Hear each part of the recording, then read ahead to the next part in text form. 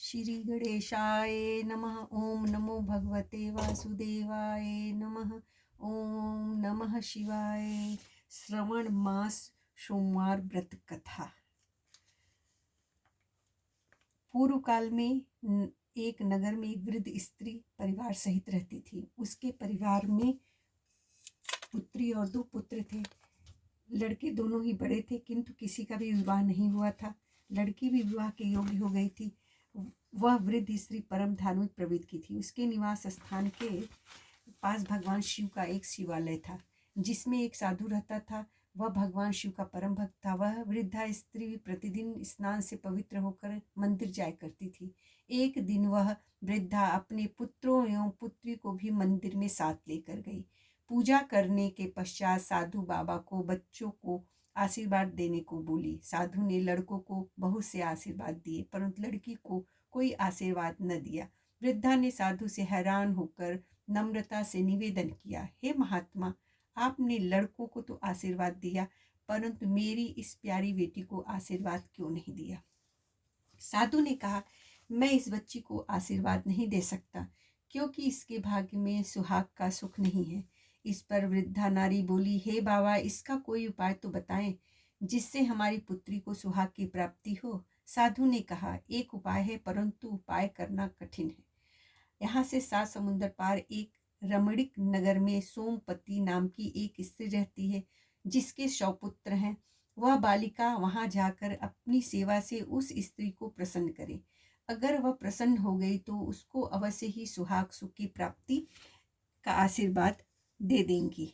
साधु की कथा अनुसार वह वृद्धा स्त्री परिवार सहित भगवान शिव के सहारे घर से निकल पड़ी। 6 समुद्र तो उन्होंने भगवान की कृपा से आसानी से किश्ती में बैठकर पार कर लिया। 7वें समुद्र में कोई किश्ती नहीं थी। वे सभी भगवान शिव से समुद्र पार कराने हेतु प्रार्थना करने लगे। भगवान शंकर की कृपा से उन्हें वहां एक पेड़ दिखाई दिया। पेड़ के ऊपर एक हंस बैठा था। हंस ने उनसे कहा, मैं इस पेड़ के पत्तों से आप लोगों को एक बेड़ी किश्ती बनाकर देता हूँ। उस पर बैठकर आप सभी समुद्र पार कर लें। भगवान शिव की कृपा से उस हंस ने पत्तों से बेड़ी बनाया और उस पर सवार होकर वृद्ध परिवार सहित 7वें समुद्र को भी पार कर गई। थोड़ी दूर चलने पर वे एक रमणीक नगर में पहुंचे। वहां पर उन्होंने सोमपति को देखा और उसके 100 पुत्रों एवं बहुओं को भी देखा। उसके बहु बेटे सभी अलग अलग रहते थे। वे सभी सोमपति के घर के पास छुपकर रहने लगे।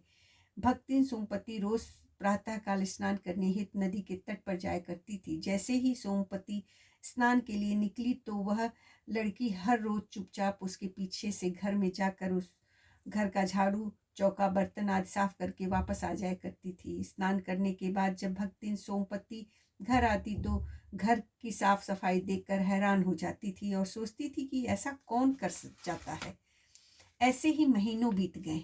एक दिन किसी कारणवश सोमवती की नींद देर से खुली, परंतु वो लड़की अपने नियमानुसार उसके घर साफ सफाई के लिए आ पहुंची और अपना नित्य कार्य करने लगी। सोमपति ने उस लड़की को देखकर पूछा, बेटी तुम कौन हो?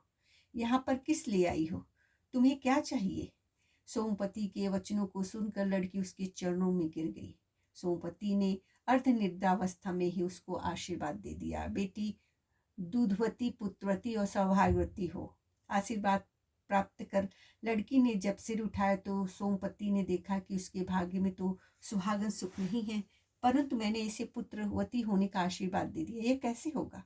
भक्तिन सोमपति अभी सोच ही रही थी कि लड़की की माँ एवं भाई सभी वहां पर आ गए और सभी सोमपति से प्रार्थना करने लगे, हे माँ, अब आप ही इसकी माँ है और आप ही इसकी खुशियां दे सकती हैं। भक्तिन सोमपति ने कहा, ठीक है, मगर इस श्रावण मास में आने वाले सभी सोमवार को भगवान शिव की पूजा एवं व्रत करें तो सभी कामना इसकी पूरी हो जाएगी। आप लोग भी इसके लिए श्रावण के प्रथम सोमवार को लड़का ढूंढना, दूसरे सोमवार को सगाई करना, तीसरे सोमवार को साहे चिट्ठी भेजना और चौथे सोमवार को बारात मंगवाना। जैसे ही लड़का लग्न मंडप में बैठेगा उसी समय वह मृत तुल्य अवस्था में आ जाएगा। सभी रोने लगेंगे, परंतु आप लोग घबराना नहीं, हमें यह याद कर लेना, सब ठीक हो जाएगा। सभी सोमपति माँ से आशीर्वाद प्राप्त कर घर वापस आ गए। माँ सोमवती के कथा अनुसार वह लड़की श्रावण मास का सोमवार का व्रत करने लगी। श्रावण के पहले सोमवार को उसकी माँ और भाई ने लड़का देखा। दूसरे सोमवार को धूमधाम से सगाई हुई। तीसरे सोमवार को साहे चिट्ठी भेजी और चौथे सोमवार को गाजे बाजे के साथ बारात आ गई। जब लग्न का समय आया तो लड़के को लग्न मंडप में बुलाया गया। लड़का लग्न मंडप में जैसे ही आसन पर बैठा कि वह मृत तुल्य अवस्था में आ गया। बारातियों लड़की के रिश्तेदारों में कोहराम मच गया, सभी रोने लगे। लड़की मन ही मन में भगवान शंकर एवं पार्वती को याद करने लगी कि हे भोलेनाथ, मेरे सुहाग को जिंदा कर दो। लड़की की माँ एवं भाई परिवार सहित माँ सोमपति को याद करने लगे। उसकी पुकार माँ सोमपति के कानों तक जा पहुंची। उसी समय माँ सोमपति ने अपने सभी बहुओं पुत्रों पर जल छिड़क कर उन सभी को सुला दिया।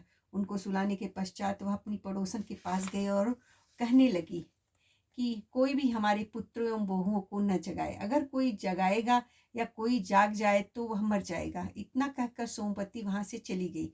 सोमवती ने अपने 100 पुत्रों एवं बहुओं की आयु में से थोड़ी थोड़ी आयु जल के रूप में उस लड़की के सुहागन पर छिड़क कर उसको जीवित कर दिया। लड़के के जीवित होते ही शादी की सभी रस्में पूरी की गई।